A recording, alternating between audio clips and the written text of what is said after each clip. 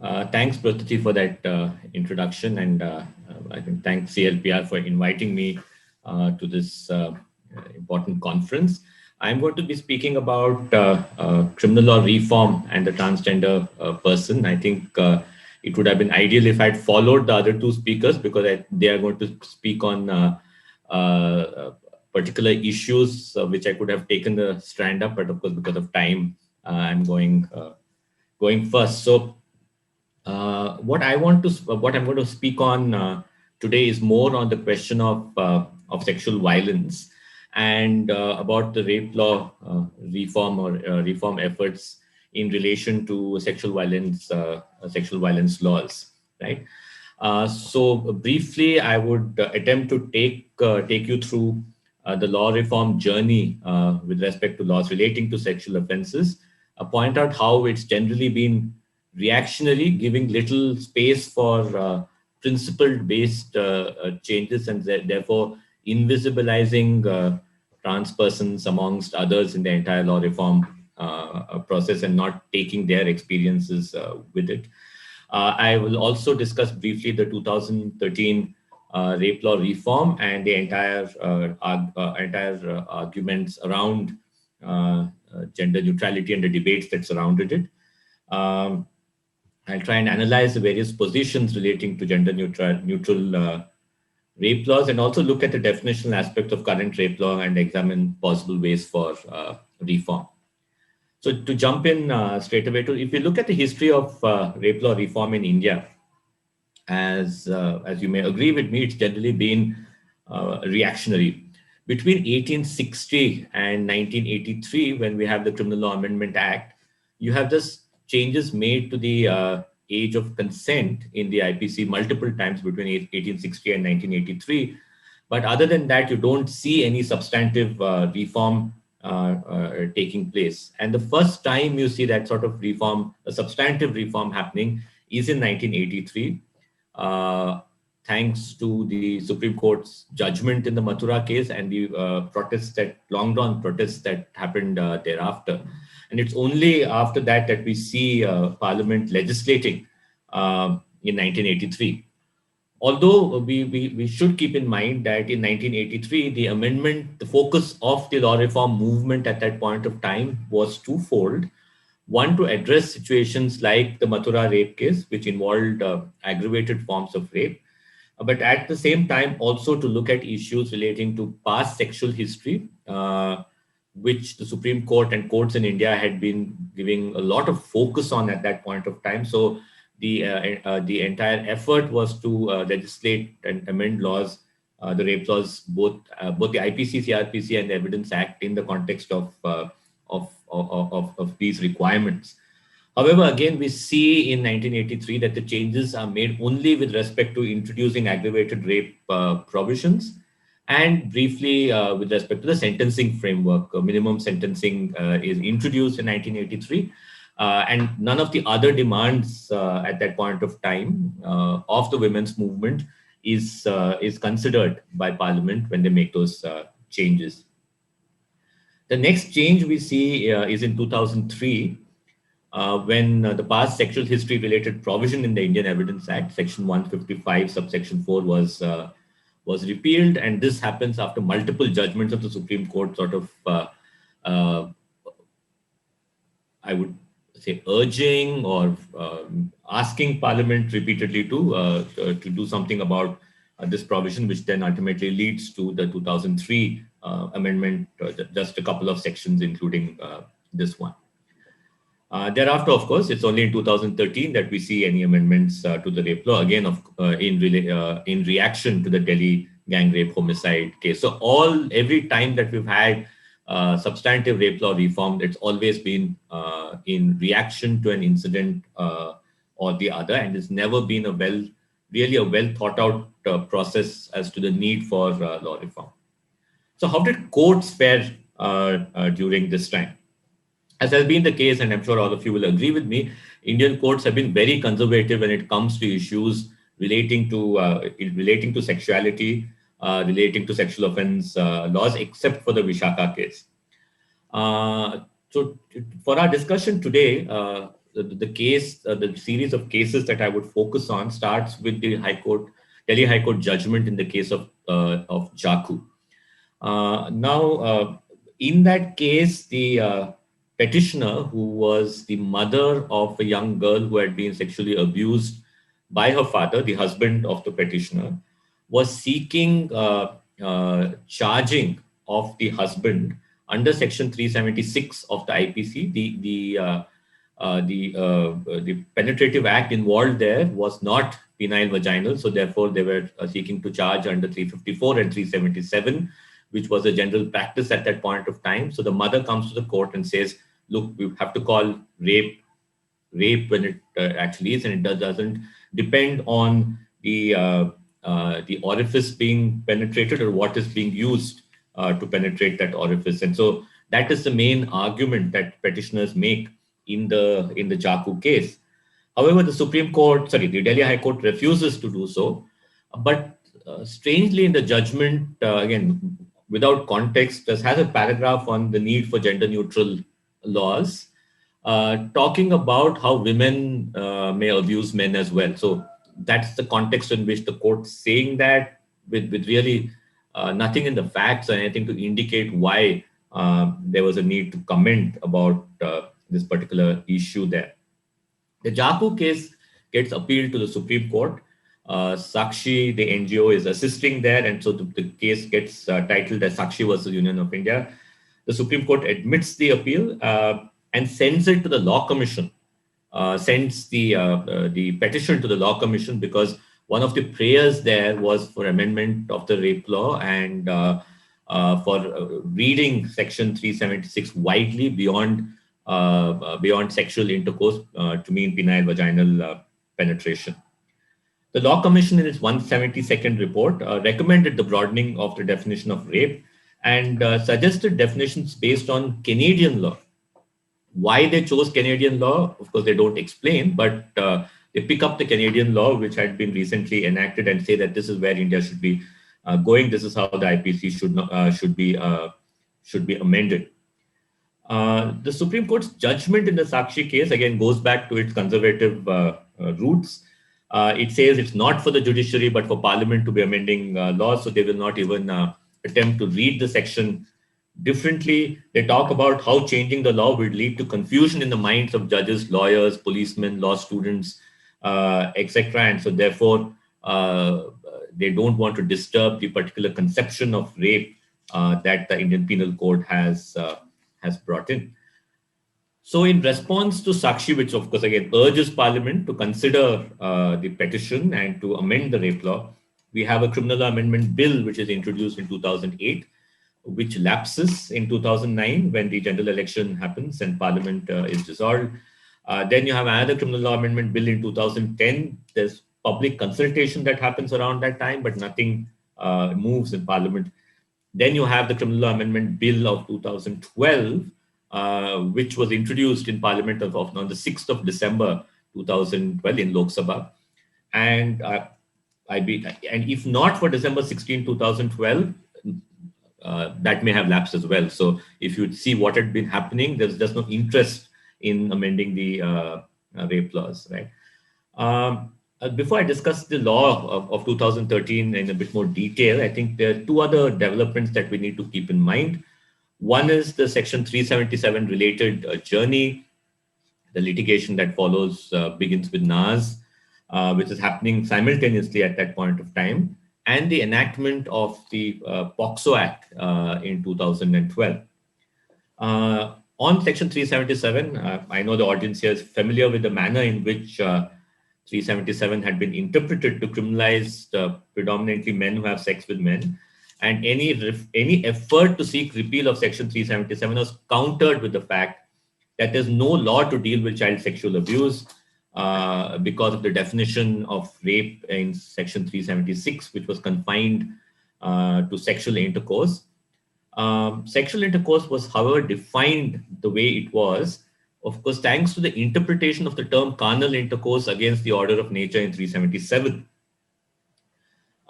So therefore, sexual intercourse, although the IPC never defines it, thanks to the jurisprudence around 377, sexual intercourse starts getting understood as penile vaginal penetration, which is why that both in Jaku and Sakshi, the petitioners argue that it is possible to interpret sexual intercourse beyond penile vaginal penetration, because this interpretation of sexual intercourse is a court given interpretation. So therefore, the court can change it. They make reference to the House of Lords, which in its judgment criminalizing marital rape had changed the interpretation of certain terms, both in the statute, the Sexual Offences Act of the UK, as well as common law as to what marital rape meant and why it was being exempted. So also amongst all of these things, we also need to focus on the penetration focus of rape laws, saying that without a penetrative act, the offense of rape is not does not come into picture, right? So despite multiple efforts to enact a law with respect to child sexual abuse for many years, it finally happens only in 2012. A gender neutral law with respect to child sexual abuse is enacted and comes into force in June 2012. Uh, the law being enacted when it was in 2012 can also be attributed to the Delhi High Court's judgment in the Naz case, because of course with 377 having read down, and the Delhi High Court also talking about the need for laws to deal with issues of child sexual abuse, POCSO gets enacted in 2012, and of course going with the reactionary laws, there are multiple amendments that have been made to POCSO in the last couple of years, in reaction to incidents that have happened across the country, and the only thing done is to increase punishments, right? So coming back to rape law and to 2013, the Criminal Law Amendment Bill of 2012, as all of you would remember, was completely gender neutral both with respect to the offender and gender neutral with respect to the victim.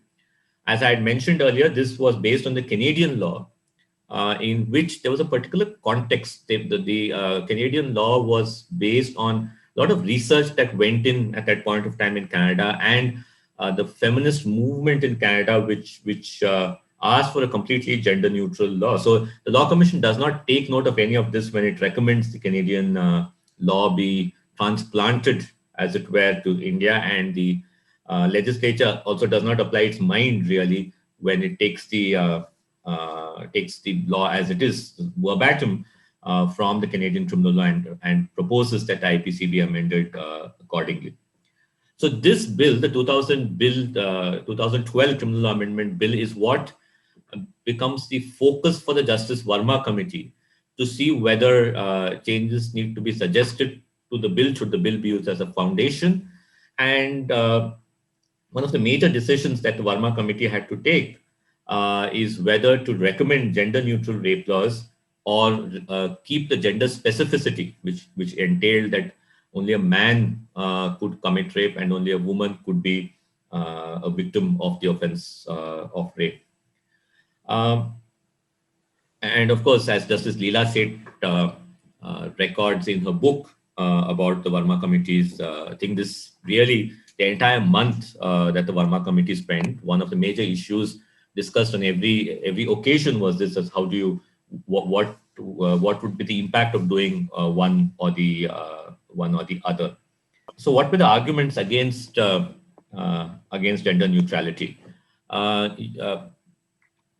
There were multiple. One was that we shouldn't mindlessly ape so-called Western jurisprudence and make mistakes that Western feminists had done in making the rape law completely gender neutral. There was a concern that gender neutral rape laws may lead to greater regulation of sexual behavior, that the law may be actually be used to police sexual behavior and sexual acts of those other than people who identify as men. There was a concern of the patriarchal social reality, and that perpetrators are generally male, whereas victims may be female, one, and of course anybody who does not identify as male. And also the entire focus on the penetration requirement and the narrowing of the entire law to penile vaginal penetration was something that was being discussed. So In the context of gender neutrality, it was being argued. This is from the time the Law Commission puts out its report around 2002, that the law should remain gender specific, and it should only be a man who can commit the offense and a woman who can be a victim of it. By 2013, I think there was a little more nuanced understanding of this, and so the arguments change. One question as was and one question that was brought up and center, like I said, by the Jaku case, and then continued further, was whether women can commit rape on men. And so there was a lot being written about this as to why is there no law which would deal with women offenders and men as victims. And arguments were made that Article 14 was being violated. The response was that we need to look not at this from the lens of formal equality, but substantive equality, and that laws need to recognize the gendered nature of rape. So the alternate suggestion that started emerging at that point of time was to keep the offender gender specific as male and make the victim gender neutral. The Verma Committee then, after listening to submissions, where I presume, because I can't see the audience, but I presume some of you in the audience were involved also in these submissions that were made to the Verma Committee and the public hearings that happened. So the Verma Committee, based on the predominantly actually based on these public hearings and the submissions that it received from groups across the country, also the PUCL Karnataka report, which gets referenced both in the NAS judgment and is also submitted to the Verma Committee, recognizes that that this gender binary, which the rape law creates, is leaving out of the scope of the law many people who are subjected to sexual violence. And so it suggests the formulation of the definition of rape as a perpetrator being male and the victim being gender neutral. However, post the Verma Committee recommendations, the Criminal Law Amendment Ordinance, which comes in February 2013, just ignores most of the recommendations. And then when the law is ultimately enacted in March 2013, the gender specificity that was there in the IPC is restored. Many of the Verma Committee recommendations were accepted, but not the one on part gender neutrality. And if you look at parliamentary debates, or whatever can be called parliamentary debates, because there's hardly any debate that happened about the rape law of 2013, there is articulation by the members of parliament that we are enacting a law to quote unquote protect women. And so our focus should be on women and we shouldn't get distracted, right? And so therefore they ignore all of the debate that had happened over the last 12 years at that point of time and just go back to the gender specific rape law that they had. So in the political spectrum, trans people and intersex people, amongst others, become invisible yet again.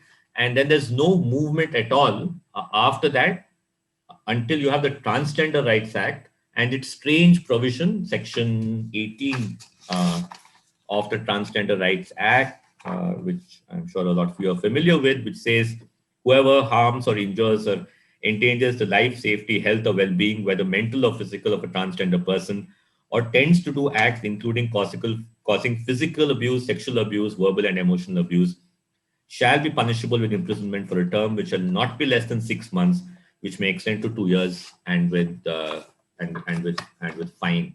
So therefore, again, very strange provision, brings in sexual abuse and gives a punishment which is much less than what the IPC gives in. So again, no sort of recognition that IPC could be amended to bring this provision within that. So just to conclude, I'm aware that I think I've run out of my time.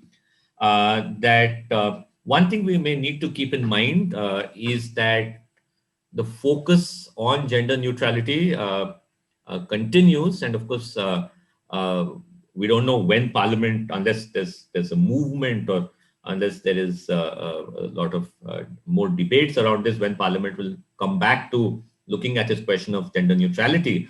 But when it does, mere gender neutrality may not be the only way forward. We have amongst all our laws with respect to sexual violence a lack of a nuanced approach, which has led to various problems in POXO, for instance. We need to focus on precise definitions and understanding. New Zealand, for instance, has been having this debate and bringing out and the laws in this regard, having a lot of debate on definitions, which most people in law reform, involved in law reform in the government lack. And when changes are suggested, these minor definitional modifications done in the laws actually end up complicating or really reversing the changes that are sought. For instance, the IPC still defines man as a male human being and woman as a female human being of any age, and defines person as a body corporate. So even when you use the term person in the IPC, if you were to be hyper legal, you would say the term person is not defined. So I think we also need to get into some of these issues as we discuss reform with respect to sexual violence. So I'll stop there. Thank you.